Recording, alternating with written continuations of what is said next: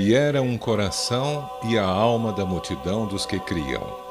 E ninguém dizia que coisa alguma do que possuía era sua própria, mas todas as coisas lhes eram comuns. Não havia, pois, entre eles necessitado algum, porque todos os que possuíam herdades ou casas, vendendo-as, traziam o preço do que fora vendido e o depositavam aos pés dos apóstolos.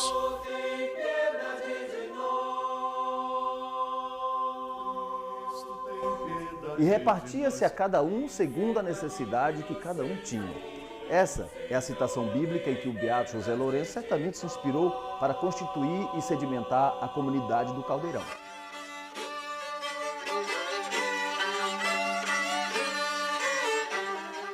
Pois bem, de 1926 a 1936, o sertanejo José Lourenço liderou um grupo de camponeses para viver uma reforma agrária de origem popular.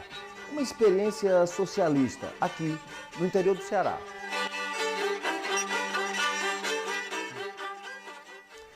Dizem os historiadores que José Lourenço nasceu em Pilões de Dentro, na Paraíba, em 1872 e que era descendente de escravos. Talvez por essa razão trouxesse consigo marcas de injustiças que tentou reparar. Muitos estudiosos já pesquisaram e contaram em livros, no cinema, no teatro, a história do Caldeirão e do Beato. Agora chegou a nossa vez. É com muito empenho e coragem que a TV Assembleia lança o documentário O Caldeirão do Beato José Lourenço.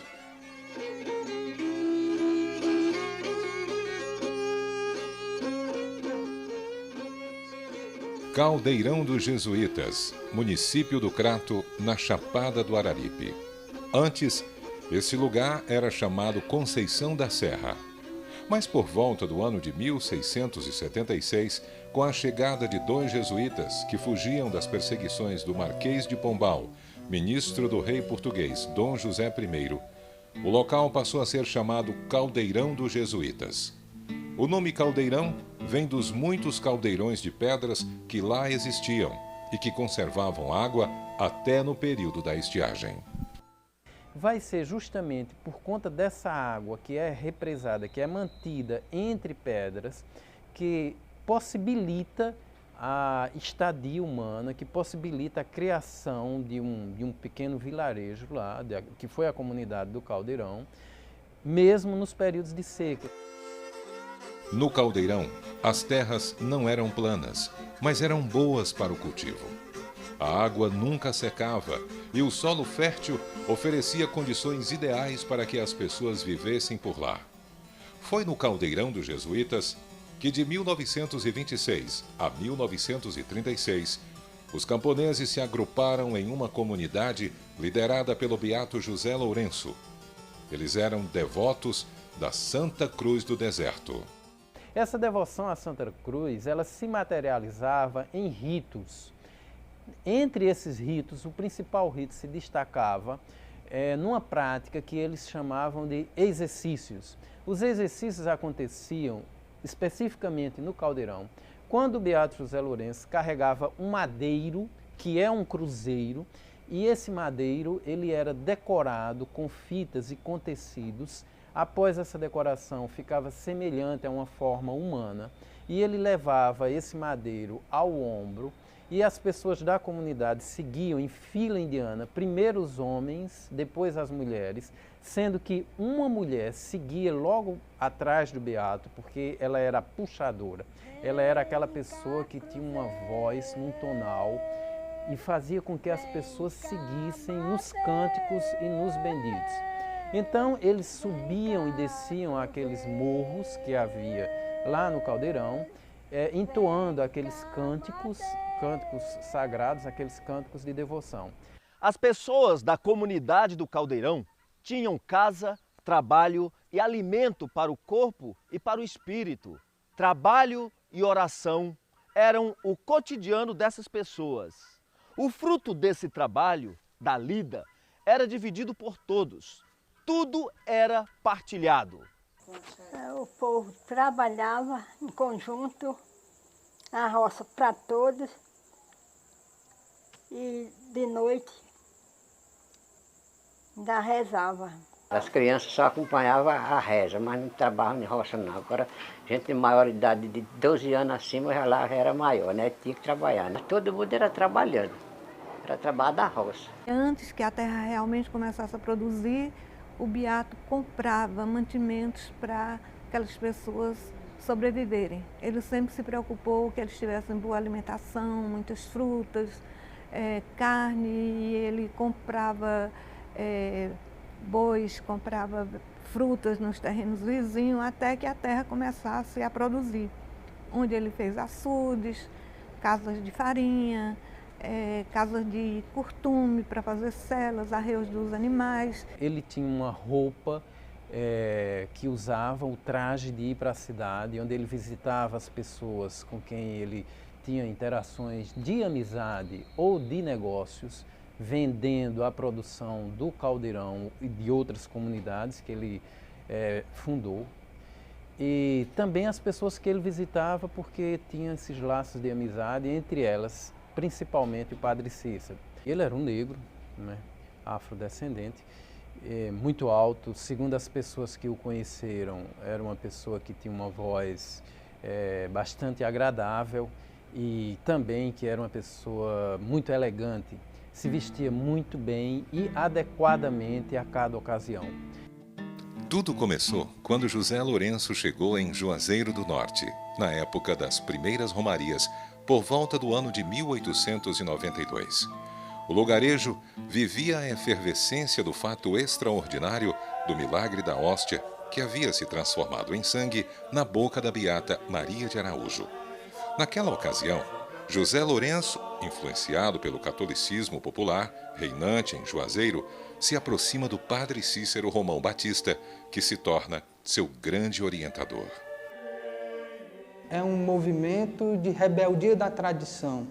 A partir da própria tradição católica, a partir desses princípios tradicionais, esses sertanejos criaram uma sociedade diferenciada, no sentido de que lá todos eram irmãos. Tudo na vida do José Lourenço, a partir do momento que ele chega em Juazeiro do Norte e na sequência que vai para o Crato, para o sítio Caldeirão, todos os episódios marcantes e os momentos mais decisivos de sua vida, ele tem uma conversa anterior, onde ele coloca tudo que está acontecendo ao Padre Cícero e toma as decisões e decide os encaminhamentos junto com o Padre Cícero.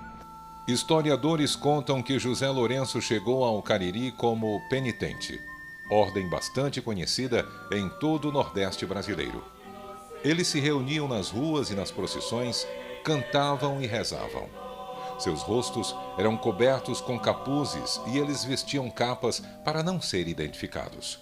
Além disso, os penitentes praticavam a autoflagelação para ter o perdão dos pecados. Os historiadores também dizem que José Lourenço só foi considerado beato quando chegou ao Caldeirão. Essa ordem, ela tinha como uma das características dela, que chama muita atenção, que era a autoflagelação.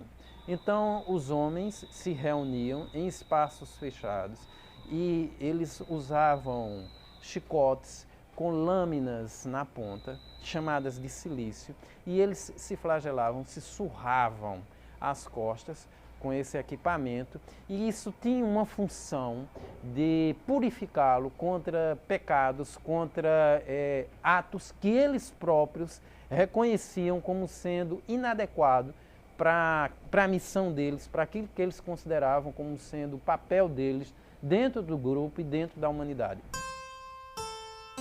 Entre os anos de 1894 e 1895, José Lourenço foi morar e trabalhar com sua família e alguns romeiros no sítio Baixa Danta, que havia sido arrendado pelo Padre Cícero ao coronel João de Brito.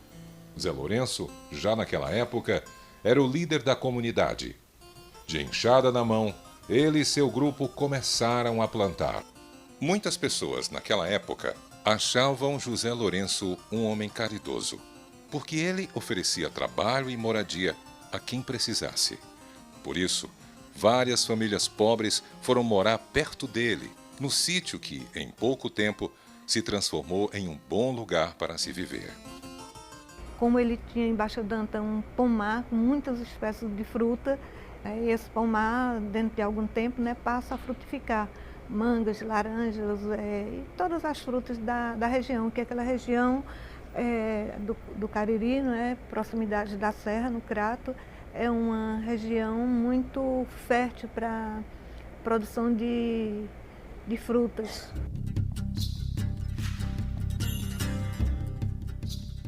Em 1914, o governador do Ceará, Franco Rabelo, rompeu com o padre Cícero e ordenou a prisão do sacerdote. Com apoio do deputado estadual Floro Bartolomeu da Costa, jagunços e romeiros montaram um batalhão na cidade para defender o líder religioso. O movimento foi chamado de Sedição de Juazeiro. Houve um confronto e ficaram sem mantimentos, mas o beato dava um jeito de mandar alguém trazer os mantimentos para Juazeiro, que Juazeiro ficou cercado. Aí então Baixa Danta sustentou Juazeiro nessa época. José Lourenço não participou da luta, mas teve seu sítio invadido por jagunços que saquearam e destruíram tudo. Os prejuízos no Baixa Danta foram muitos e na lavoura José Lourenço teve grandes perdas. Em 1921, outro fato veio interromper as atividades agrícolas de José Lourenço. Padre Cícero o presenteou com um boi. Depois de algum tempo, espalharam-se boatos de que o animal fazia milagres. Tinha uma velhinha, Dona Ana, que cuidava do boi, inclusive enfeitavam o chifre do boi com flores e tudo. Aí chegou aos ouvidos de Dr. Floro, que era um braço de ferro que impunha a ordem aqui em Juazeiro. Qualquer indisciplina aí era punido com a rodagem. Então chegou aos ouvidos do padre Cícero que, em Baixa Danta, um boi estava sendo adorado. Então o beato foi preso, passou 17 dias preso, o boi esquartejado, e foi toda uma confusão. Espalharam de que até a urina do boi servia de remédio. Mas conforme relatos de pessoas que conheceram a Dona Ana do boi, não, disse que a única diferença é que esse boi era manso, e todo mundo brincava com este boi. Em 1926, o sítio Baixa Danta foi vendido. Zé Lourenço, desapropriado e sem qualquer indenização, segue para as terras do Padre Cícero, na Chapada do Araripe, mais precisamente para o Caldeirão dos Jesuítas. Lá nasceu a comunidade que fez história, a comunidade do Caldeirão. Seu líder, o beato José Lourenço. O que determina o sucesso, vamos dizer assim, da experiência é a prática, e a construção de uma sociedade diferenciada da sociedade global de então. Porque no Caldeirão o beato organizou a sociedade de tal forma que cada homem produzia conforme a sua capacidade e recebia conforme a sua necessidade. A vida no Caldeirão foi se organizando aos poucos. Os trabalhos se diversificaram com a chegada de muitos sertanejos que ficaram atraídos pela maneira de viver daquelas pessoas. Todos trabalhavam e tinham tudo de que precisavam. As pessoas que moravam no Caldeirão, como acontecia com os que moravam no sítio Baixa Danta, trabalhavam, ouviam as mensagens do beato, rezavam e aprendiam a viver em comunidade. 6 anos depois da chegada de José Lourenço e dos sertanejos ao local, as terras do Caldeirão estavam transformadas em um pomar. O trabalho do beato José Lourenço estava dando certo. Lá ninguém recebia dinheiro. Lá tinha muita fartura e a gente comia, ninguém passava fome, não andava nu. E o negócio lá era só trabalhar e fazer penitência. Trabalhava de dia, de noite era para fazer penitência. Ele era beato com a cruz nas costas, né? Agora que ele não obrigava ninguém, quem quisesse, que ele dizia assim: a penitência só serve feita de bom coração, que o nosso Deus não obriga quem não tem contrição. Aí quem quisesse ficava, quem não quisesse, mas todos que vinham queriam ficar. As pessoas que viviam no Caldeirão trabalhavam muito. Imaginem que 2 açudes foram construídos pelo Beato Zé Lourenço, que contou com a ajuda de apenas algumas mulheres da comunidade. Roupas, redes, tudo era feito lá mesmo em oficinas e teares caseiros. E todos ajudavam na casa de farinha e no engenho de rapadura. Lá tinha oficina assim, mas a oficina era só para aquela pessoa que já era mestre. Tinha oficina de ferreiro, tinha oficina de marceneiro, oficina de não sei mais de quê, mas só para aquelas pessoas, não empregava ninguém. Lá tinha um engenho de fazer rapadura. Lá ninguém fazia rapadura, mas nem ninguém comia rapadura, nem comia mel, nem bebia garapa. Né? Porque diz que coisa doce não era para ninguém usar lá não, só usava amargura, só coisa de amargura, né? Aí quem puxava o engenho era gente, era 4 homens, 4 numa manjarra e 4 no outro. Aí me doeu aquilo, foi quando eu vi um homem para tomar uma fuga, uma bandoleira assim nas costas, esticado, puxando o engenho como um animal, como um boio, né? Aí quando o homem foi tomar uma fuga assim para descansar a força, ele largou a chibata no ombro assim, como se encolheu para frente, que eu achei muito uma escravidão aquilo. A vida do Caldeirão era essa, rezar e trabalhar, porque tinha carpinteiro, que se chama Mané Silva, lá tinha tudo. Então o Caldeirão passa a ser um centro atrativo, né, de peregrinos que em busca de uma redenção social passavam a ver na liderança de José Lourenço e da comunidade do Caldeirão da Santa Cruz do Deserto, a saída da sua miséria, da sua ideia de flagelo. O lema de José Lourenço era trabalho e oração. Ele orientava sua gente sobre os valores morais e religiosos, mas o mandamento que regia a comunidade era amai-vos uns aos outros. A fraternidade era a base. As pessoas rezavam muito e as procissões aconteciam ao som dos benditos. Zé Lourenço e seus seguidores praticavam a chamada religiosidade popular. No Caldeirão, a terra era uma divindade comum a todos, era uma mãe. E no Caldeirão se desenvolvia um trabalho não como objetivo simplesmente econômico, ou mesmo de saciar fome, mas um objetivo transcendente, um objetivo de sintonizar a dimensão do invisível.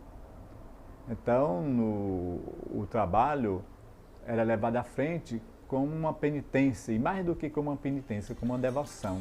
No dia a dia, José Lourenço usava roupas comuns, mas para acompanhar as procissões, rezar e fazer novenas, ele vestia a túnica de beato. Os historiadores dizem que José Lourenço foi acusado de fanático por organizar novenas e missas. Eles afirmam também que Lourenço nunca realizou nenhum ato litúrgico e que em seus sermões, Zé Lourenço não deixava de citar a figura do Padre Cícero. Se diz, por exemplo, que o beato celebrava atos litúrgicos. Isso não corresponde a fatos na memória das pessoas que viveram com ele, nas pessoas que participaram das comunidades organizadas por ele. Além do beato, outras pessoas também tiveram importância na história do Caldeirão. O paraibano Isaías, braço direito de José Lourenço, sua filha adotiva Maria de Maio e Severino Tavares, considerado o guerreiro da comunidade. Os grupos, né, que existiam dentro do Caldeirão, que seriam os grupos seguidores do beato José Lourenço, que eram pessoas mais ligadas à religião mesmo, né, muito mais voltadas à questão litúrgica, e ao pessoal ligado a Severino Tavares, que eram também muito dotados de fé, mas que também tinham a esperança de resolver seus problemas na questão do trabalho em si. Diferentemente de José Lourenço, Severino não ficava apenas na comunidade. Ele saía para pregar em outros estados, principalmente no Rio Grande do Norte e na Paraíba. O discurso de Severino Tavares teve um papel importante para o crescimento populacional do Caldeirão. O Caldeirão cresceu com essas pessoas que vieram, principalmente do Rio Grande do Norte. Isto porque Severino Tavares, uma vez que se integrou ao grupo do Caldeirão, saiu pelo mundo falando das maravilhas que era o Caldeirão, inclusive falando do fim do mundo, e muita gente acreditava e ia para lá. Isso não era apenas pobres, mas alguns fazendeiros ricos que, impressionados, né, com aquela falação do beato Severino Tavares, ia também para o sítio Caldeirão. Severino Tavares, que foi em Rio Grande do Norte, aí papai gravou na cabeça que ele tinha dito que o mundo ia se acabar em 40. Aí papai virou a cabeça, pronto, não quis voltar de jeito nenhum. Aí nós viemos em outubro de 35, aqui para o Ceará. Nós morávamos em Rio Grande do Norte, no Martins, num lugar por nome Pico dos Carros, município de Martins. Meu pai era fazendeiro e tinha uma propriedade agrícola, né? Aí nós vivíamos muito bem de vida, tudo bem controlado. Aí chegou o Severino Tavares lá, por lá dizendo que o mundo ia se acabar, em 40 não existia mais ninguém. Aí meu pai se envolveu com ele, né? Não foi só meu pai, como muitos, né? Aí ele ficava fazendo aquelas missões, diz ele que era uma missão, pela noite, né? Uma noite numa casa, outra noite noutra, ia andando, outra noite noutra, já distante, e aquele pessoal que gostava dele ia acompanhando. Meu pai ele foi até 5 léguas atrás dele. Ia de a cavalo, tarde de hora dessa, ele passava a cena do cavalo e ia para onde ele estava, né? Aí quando chegou, a última vez que ele não foi mais, disse, minha mãe chamava de Beatriz. Beatriz, vamos embora. Vamos para lá, que o mundo vai se acabar, nós não temos mais vida. Aí minha mãe dizia, Pedro, que conversa é essa, Pedro? Vamos embora daqui. Aí ele saiu para a fazenda, onde era distante 5 léguas. Num dia, quando foi, em 3 dias ele chegou. Aí minha mãe disse, o que foi que você fez? Eu vendi o gado todinho. Aí terminou, ele veio embora, arrumou uns animais, tem um bocado de animal, pegou 4 animais possantes, famosos, os outros ficou para lá, aí saímos de lá de noite, aí vinhamos para aqui. Né? Chegamos no Caldeirão, ele deu o dinheiro todo dia ao Beato Zé Lourenço. A professora Marina Gurgel, que era do Rio Grande do Norte, veio para o Ceará sem a permissão dos pais ainda no início da década de 30. Sua missão era alfabetizar crianças e adultos da comunidade do Caldeirão. Eu já estava com meus 23 anos de idade quando ouvi falar que vinha um homem pelo mundo pregando uma missão. Eu dizia, se ele chegar mais perto daqui, eu vou ver, ouvir, para eu entender e compreender. A metodologia que Marina escolhia para dar aulas era original. Durante as horas de descanso, usava a sombra das árvores para ensinar as lições aos alunos.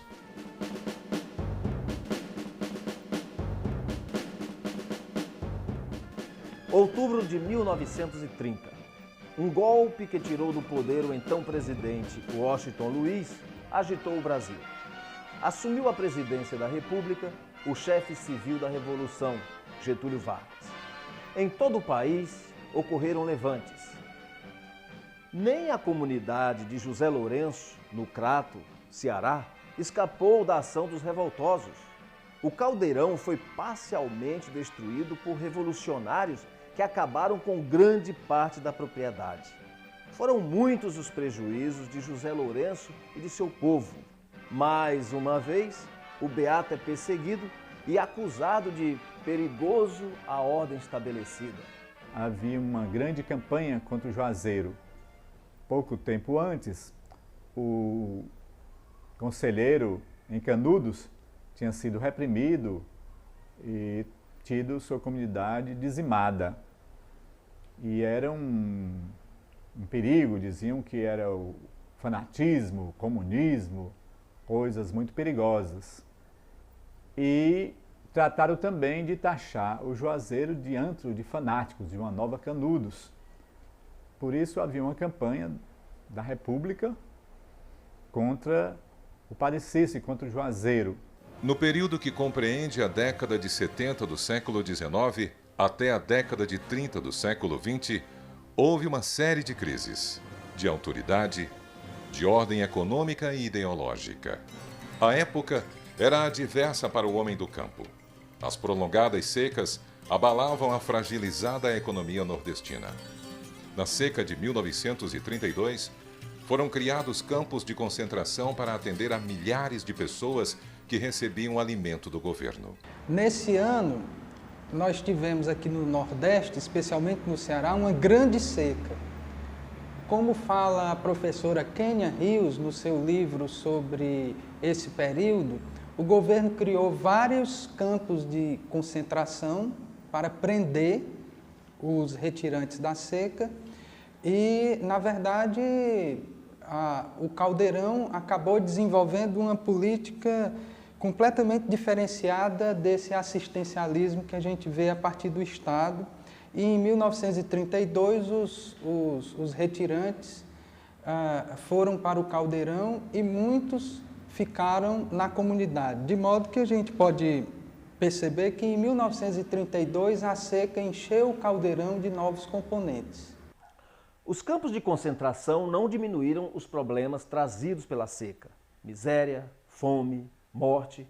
Claro, porque esses campos eram apenas uma forma de prender o sertanejo para que eles não invadissem as cidades. O Curral do Buriti, um dos campos de concentração do Crato, recebeu centenas de flagelados que viviam em condições subhumanas. Em alguns lugares do campo, podia-se sentir forte cheiro de fezes. Os casos de diarreia aumentavam a cada dia. Políticas de imigração. Milhares de sertanejos em campos de concentração. Campos construídos em lugares estratégicos. Encurralamento de retirantes no sertão do Ceará. Flagelados e encarcerados. Campos de concentração. Currais do governo. Curral Grande. Enquanto isso, no Caldeirão, a situação era outra. O beato José Lourenço acolhia centenas de sertanejos e lhes ofereciam guarida, água e alimento. Ele ajudou mais aos flagelados da seca do que o governo, porque ele dava uma sopa diariamente, onde ele gastou muitas sacas de farinha e de outros mantimentos para fazer essa sopa, enquanto que o governo federal mandou para o Crato um trem cheio de retirantes que localizaram lá no sítio Buriti uma espécie de campo de concentração onde morreram muitos dos retirantes, onde a prefeitura do Crato não tinha como manter aquele povo e que eles praticamente morreram, em grande maioria, à míngua de fome. A comunidade do Caldeirão progredia e as oligarquias da época, como já dissemos, se preocupavam porque sabiam que ali poderia ser uma nova Canudos. O Brasil vivia o período da ditadura getulista. O medo do comunismo era uma realidade em todo o país, até no interior do Nordeste. Por essa razão, o Caldeirão tornou-se alvo dos olhares do Estado e da Igreja. Ele sofreu bastante perseguição da parte dos poderosos, da parte das autoridades, dos políticos e também da própria Igreja, que consideravam este homem e a experiência que ele vinha realizando como uma ameaça para a ordem pública. Na época do beato José Lourenço, a experiência que ele viveu com milhares de pessoas foi mal interpretada, mas hoje nós podemos dizer que a experiência dele foi uma experiência alicerçada sobre um paradigma, uma forma de vida que vem da própria Sagrada Escritura. Seguindo os conselhos de Padre Cícero, José Lourenço começa, ainda em 1931, a construção de uma capela dedicada a Santo Inácio de Loyola, fundador da Ordem dos Jesuítas. Depois disso, o beato passou a sofrer calúnias. Foi chamado de herege, velho fanático e acusado até de práticas fetichistas. Dizia que na casa do beato havia um primeiro piso e esse primeiro piso era construído por tábuas com certa distância entre elas, e que na casa do Beato moravam muitas garotas, muitas adolescentes, e que o Beato ficava embaixo e dizia para essas garotas passearem por sobre esse piso, e onde ele ficava embaixo olhando, e elas estariam sem calcinha, não é? E além disso, essas meninas que viveriam com ele, elas formariam uma espécie de harém. Esse foi um dos boatos mais terríveis que surgiram em torno dele.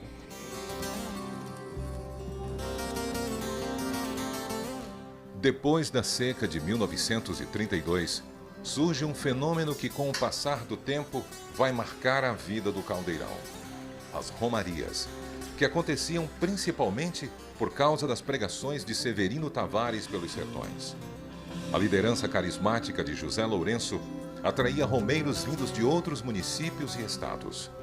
Muitos deles apenas passavam alguns dias no Caldeirão. Outros resolviam até morar por lá. José Lourenço sempre acolhia os romeiros mandados pelo padre Cícero para morar e trabalhar no Caldeirão.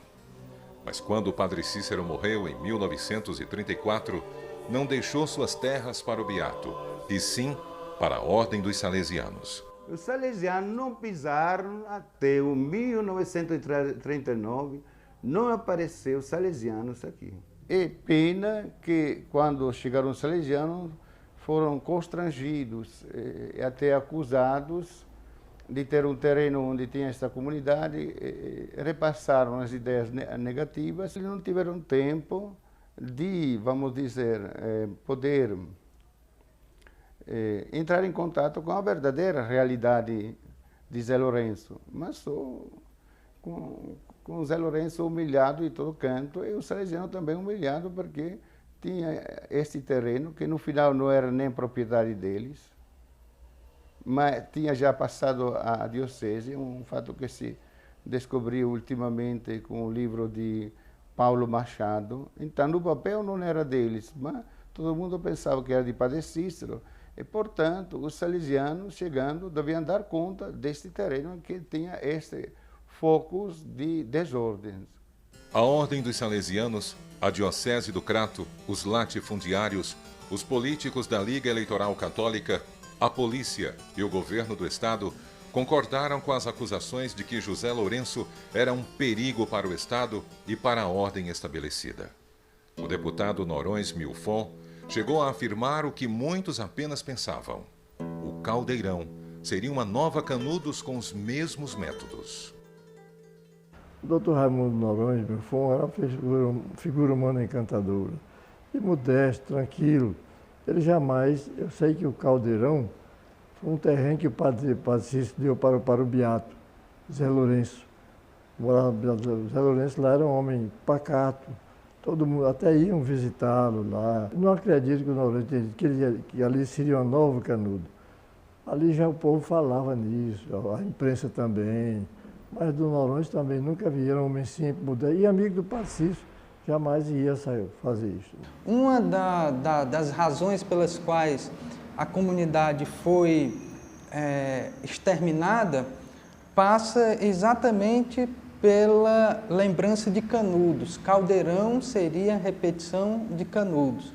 De modo que a compreensão desse fato, no caso, o fato da destruição, mas também a própria existência da comunidade, guarda uma relação muito íntima com a memória de Canudos e com a intransigência das elites diante das iniciativas populares.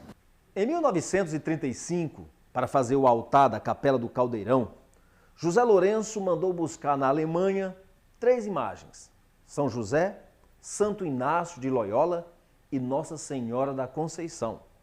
As imagens vieram em caixotes de madeira. E aí, a imaginação das pessoas foi longe. Foi espalhado o boato por toda a região do Cariri de que as caixas estavam cheias de armas e munição. a única arma de fogo que havia na comunidade era uma espingarda de caça que durante algum tempo o Beato José Lourenço usou. Nada mais. Outras armas que existiam lá eram foices, machados, facões, ou seja, eram instrumentos de trabalho. Em 1936, houve uma reunião no Palácio da Luz em que participaram o governador do estado, Menezes Pimentel, o chefe da polícia do Ceará, capitão Cordeiro Neto, e o bispo do Crato, Dom Francisco de Assis Pires. Nessa reunião, acertaram que o sítio do Caldeirão seria destruído. Motivo: haveria uma ligação do Caldeirão com a Revolução Comunista de Natal. A revolução que houve no Rio Grande do Norte, de certa forma, estava muito próxima ao Ceará, sobretudo por conta de que o maior número de pessoas que moravam no Caldeirão era oriunda do Rio Grande do Norte. Mas nós sabemos que essas pessoas tinham vindo por conta de terem sido despojadas das terras onde trabalhavam. Comentou-se no momento que um homem que tem o poder de comandar tantas pessoas é um homem perigoso. Falar em José Lourenço é falar em socialismo, luta pela própria terra, trabalho e messianismo. Mas a classe dominante vai lá e faz terrorismo. No dia 10 de setembro de 1936, foi organizada uma força policial para atacar o sítio do Caldeirão e obrigar os moradores a voltarem para seus lugares de origem. O capitão José Bezerra era o comandante da tropa, auxiliado pelo general José Góes de Campos Barros e outros oficiais. Os militares fizeram um recenseamento para avaliar o número de moradores, revistaram casas em busca de armas e trancaram os homens na casa de engenho. José Lourenço, avisado com antecedência da ação, fugiu. Foi o início do fim do Caldeirão. Na década de 80, quando abri a livraria de Gabós, frente à loteria estadual, formou-se um ponto de encontro dos intelectuais do Ceará. E um belo dia surgiu um senhor idoso, magrinho, careca, que me lembrou muito meu pai. Era o general Cordeiro Neto, que já tinha tomado conhecimento da participação dele no Caldeirão na década de 30. E o interessante é que ele sempre afirmou que tudo que aconteceu na época da repressão policial ao Caldeirão, isso foi fruto de uma pressão dos proprietários ao lado do sítio Caldeirão, porque estavam perdendo a mão de obra barata. Os camponeses iam para o Caldeirão, fazendo a sua comunidade que produzia tudo, e as notícias que chegavam na capital eram assustadoras. Como havia dificuldade de comunicação na época, me dizia o general, ele tem que se basear nos informes. Posteriormente ele mandou o general Góes até lá, o general Góes veio também com o mesmo noticiário, que todos estavam temendo uma revolta camponesa na época. A ordem da polícia era para que as famílias regressassem para seus lugares de origem, mas a comunidade não aceitou. Eles alegavam que não possuíam bens para levar e por isso não iam sair. Ninguém reivindicava nada como seu. Então, o chefe da polícia, capitão Cordeiro Neto, decidiu mandar queimar as casas do Caldeirão e entregar os bens ao município. Os soldados chegaram, né, e cercaram todo o Caldeirão e mandaram várias pessoas ficar em torno do cruzeiro.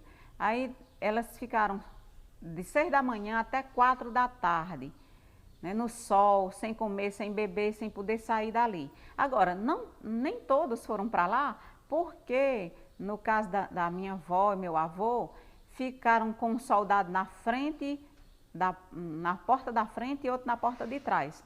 Já o meu tio ficou lá com a mãe, ficou em torno do cruzeiro com a mãe. E lembra que o pessoal rezava, os soldados matando os animais, cortando as plantas e procurando o beato e xingando os beatos, xingando os romeiros ali que estavam né, em torno do cruzeiro.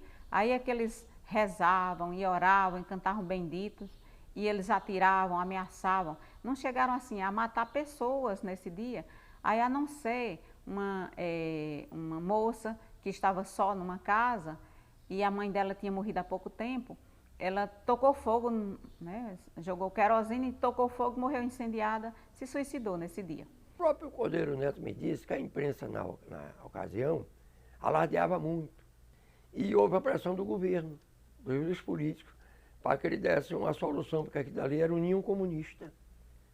Ele enviou o general Góes lá, o general Góes não esteve no local, trouxe informações dos latifundiários, e logo em seguida começaram algumas providências que ele me dizia o seguinte: eu mandava fazer, mas a tropa fazia dobrado. Muita coisa aconteceu, senhor Gabriel, sem eu ter tomado conhecimento. Na ocasião dos fatos, conhecimento que vinha à minha mão depois. Ele, inclusive, me disse que convidou, através do tenente Bezerra, eles se retirarem, mas houve relutância, os companheiros se retirarem. E ele resolveu desocupar as casas. Na desocupação da casa pela tropa, destruíram as casas. Ele mesmo me disse que houve muita maldade. Após a ocupação do Caldeirão, seus moradores fugiram para a localidade Mata dos Cavalos, na Chapada do Araripe. Quando foi de tardezinha, aí chegou lá cinco policial. Aí disse: ó, comadre, faça aí uma janta para nós jantar de noite, matar aí um bocado de capão, pode matar, e se não tiver capão aqui, vai buscar ali, que era lá da fazenda mesmo, do meu padrinho. Pode matar, vai buscar para matar, fazer uma janta para nós. Aí minha mãe disse: eu não vou não.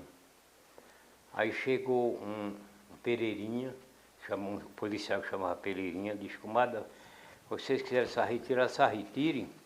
Olha, aí esses cabos que vêm jantar, tem deles aí que tira couro de um sirrino. Aí papai disse: vamos sair. Fugimos, fomos lá para Padre Batista. De Padre Batista saímos, fomos para Mata dos Cavalos.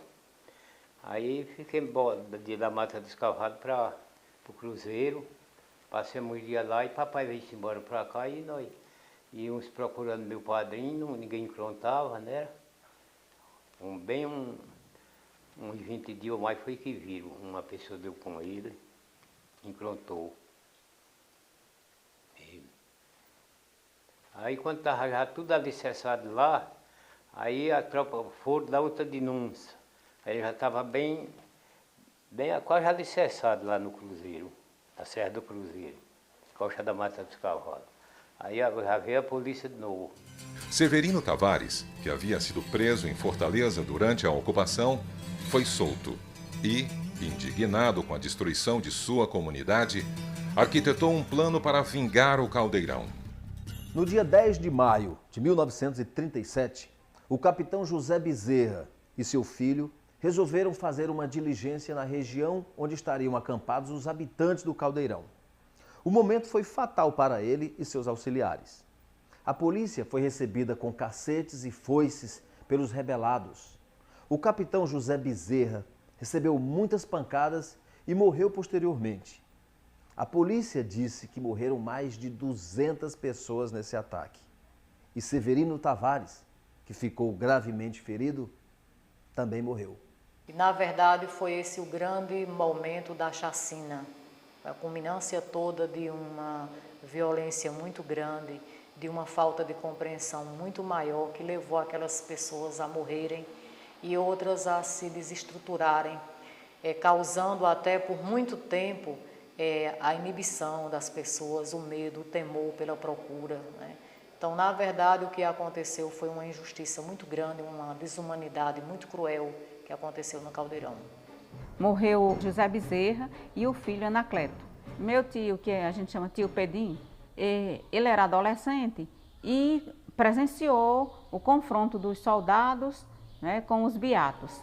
E aí eles guerrearam mesmo lá no local e eram muitos corpos que depois, acho que assim, antes de começar a putrefação, alguém foi lá e jogou um óleo, um querosene e tocou fogo porque não tinha como enterrar, que eram muitos. A repressão aos habitantes do Caldeirão não parava e era cruel. A polícia patrulhava a serra. Todo camponês que vestisse preto e andasse com o rosário era detido para interrogatório. As pessoas, para circularem livremente, precisavam provar que não eram moradores do Caldeirão, e sim trabalhadoras com residência comprovada. A gente não podia vir da Baixa Danta para o Juazeiro, porque pensava que tudo era o Porto do Beato. Aí o Ramiro Monteiro, que era o nosso patrão, levou meu pai, meu marido e meus irmãos para o Crato, para modo de fazer um documento para poder atravessar da Baixa Danta para aqui. Que nós não era do Porto do Beato, nós morávamos distante, não era de lá. Todo aquele que era identificado como sendo do Caldeirão sofria perseguição. No caso da filha do tio Bernardino, que foi esquartejada, né, e foi o corpo dela colocado em vários pontos no caminho do Caldeirão. E pessoas que eram identificadas como sendo de lá eram obrigadas a engolir o rosário, se tivesse com o rosário. Alguns disfarçavam, escondiam ou encurtavam a roupa, porque o beato, a mulher usa roupa, né, lá embaixo e tudo, muito comprida. Eles encurtavam, no caso da minha avó, que rapidinho encurtou a saia, dobrando o cós, né, e escondendo o rosário nas fraldas, nos coeiros dos meninos. Então, realmente eles sofriam perseguição por ser identificado como beato. Em 11 de maio de 1937, sob o comando do capitão José Macedo, parte de Fortaleza um avião com destino a Juazeiro. A intenção era fazer um voo de reconhecimento sobre o local do conflito. Os sertanejos temiam uma nova chacina. Não se sabe ao certo se realmente houve um ataque aéreo ao lugar. Muitos dizem que sim, outros que não. Alguns remanescentes, poucos, mas falam que realmente houve o bombardeio, houve o massacre, né? E está aí a história, a gente contando a história, os historiadores um contam de um jeito, outro conta de outro, mas uma maioria realmente dizendo que foram bombardeados por aviões. Esse é o grande mito do Caldeirão, que ele foi bombardeado. O brigadeiro Macedo disse, eu fui levar, como ele costumava ir, ele era um ás da aviação, gostava de ir o Crato, né, visitar a família. Inclusive o seu irmão Júlio Macedo era amigo do beato José Lourenço, era o único homem que entrava armado dentro da propriedade do Caldeirão. E ele jamais iria fazer, assim, bombardear o Caldeirão. Né? Ele trouxe essas pessoas e o avião que ele veio, eu perguntei a especialistas, era um avião da CAN, né, do Correio Aéreo Nacional, que não era um avião apropriado para bombardeio, nem sequer tinha metralhadoras adaptadas.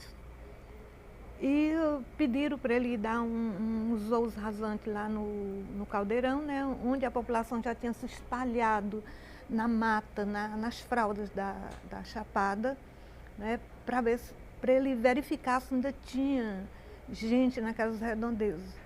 E ele faz alguns voos rasantes. Segundo o senhor Lima Verde, que era um proprietário de terras lá na Santa Fé, ele disse que ele fez, e o próprio brigadeiro me falou, né, disparos de metralhadora e jogou algumas granadas de mão. Ele fez isso porque ele era um ás da aviação, ele estava pilotando e ao mesmo tempo com a metralhadora na janela do avião, na janelinha, né, ele fazia o disparo. E o senhor Lima Verde disse, o que aconteceu foi que as vacas que estavam pastando, algumas foram mortas, porque realmente ele não estava direcionando aquelas rajadas de metralhadora, porque nem sequer o povo estava na comunidade. Bombardearam o Caldeirão. A verdade é essa. Eu me recuso a falar sobre isso aí, porque envolve familiares e tal. O neto do capitão José Sampaio de Macedo, o empresário Ricardo Macedo de Biscúrcia, mostrou o plano de voo e explicou que o destacamento não foi ao Crato bombardear o Caldeirão, e sim fazer um sobrevoo de reconhecimento da área. Existe essa dúvida quanto ao Caldeirão, na qual muitos dizem que houve um bombardeio no Caldeirão. E o fato não é real. na verdade, ele sobrevoou a área do caldeirão. Ele teve dia 10 de maio de 37, saindo de Fortaleza, trazendo 2 pessoas, um tenente e um capitão, para Juazeiro do Norte e sobrevoar o caldeirão. E no dia 11 de maio de 37, ele teve um voo de 30 minutos no caldeirão. Reconhecimento da área, retornando ao campo de pouso de Juazeiro do Norte e seguindo dia 12 de maio de 37 para Fortaleza. Então, na verdade, não houve esse bombardeio no caldeirão. No início do ano de 1938, José Lourenço recebeu do governo do Ceará o direito de trabalhar em qualquer lugar do estado, contanto que não reorganizasse uma outra comunidade. No retorno ao caldeirão, encontrou tudo destruído, mas não desanimou. Junto com alguns sobreviventes dos ataques, refez as plantações sob severa vigilância da polícia. Em 1939, José Lourenço foi para Pernambuco. Lá, comprou uma fazenda em Novo Exu, a Fazenda União. Estamos exatamente nessa localidade, a casa do Beato Zé Lourenço, aqui onde ele construiu a sua nova morada. E vocês podem ver que ainda tem uma parte do alicerce, né, da casa. Era feito barro com óleo de mamona, que era para poder fazer a argamassa, em vez de usar cimento. E ainda hoje tem bastante, a parte do alicerce da casa ainda está, porque está um pouco coberta, mas essa área todinha era realmente a residência do Beato Zé Lourenço. A compra foi feita com o dinheiro recebido do depósito dos bens leiloados, o que representava uma pequena parte do que foi saqueado por ocasião da invasão em 1936. O doutor Alencar Aripe achou conveniente pedir uma indenização ao Estado. E essa indenização foi pedida e ele teve muita força de vontade, foram muitos esforços para o Estado dar essa indenização. Entretanto, foi considerado que o tempo legal desse pedido tinha sido exaurido, que não existia mais como ele fazer esse pedido de indenização do Estado. Aqui, Fundo Beato, né, com seus seguidores, construiu esse açude, que era bem maior. Esse açude ele pegava mais ou menos lá naqueles morros por lá, era bastante água, e daqui é onde que as pessoas bebiam, o gado, né, todos os animais dele, realmente as pessoas se utilizavam desse açude.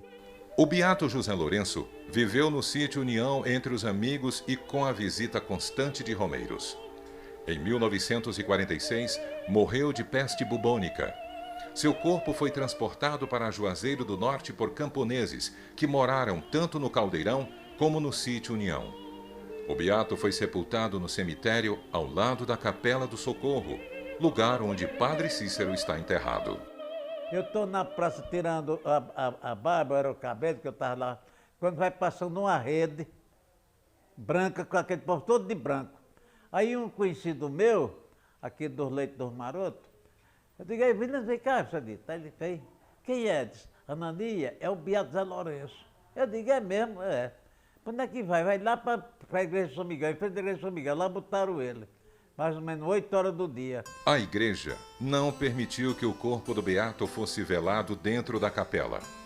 Para homenageá-lo, seus seguidores construíram um túmulo onde colocaram as 3 imagens da Alemanha e alguns retratos.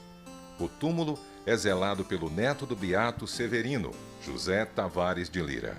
A história é muito difícil, muita coisa triste, tem muita coisa que vai bulir com muita gente grande.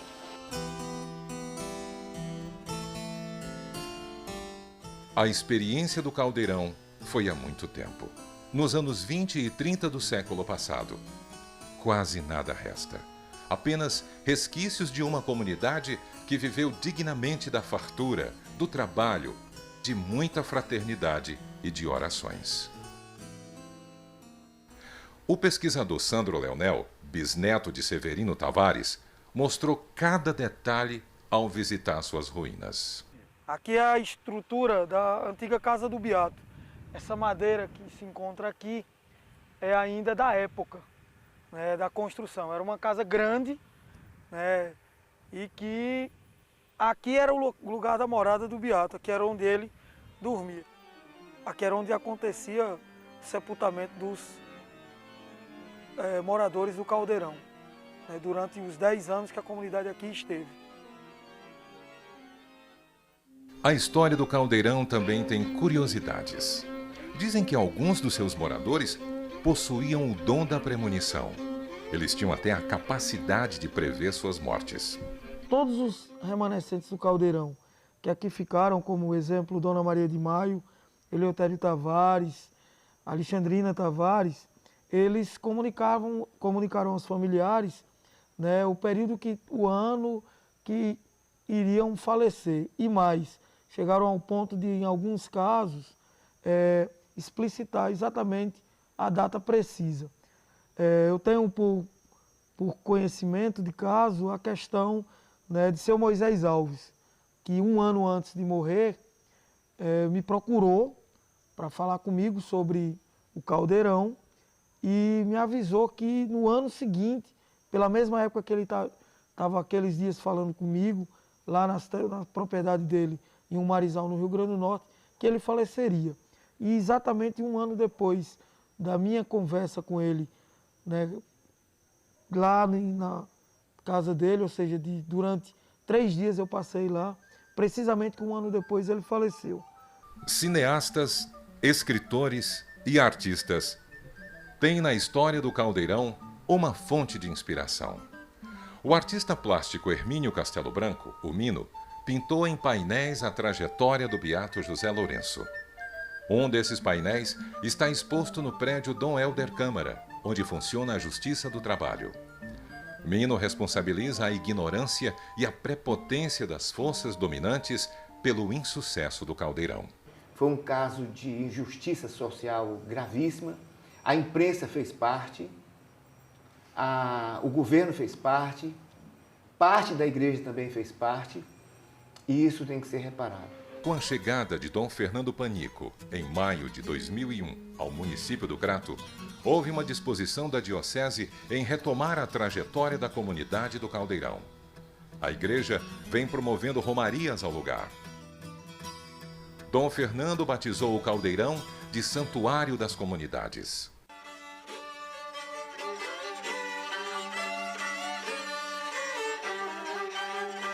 O Caldeirão do Beato José Lourenço fez história.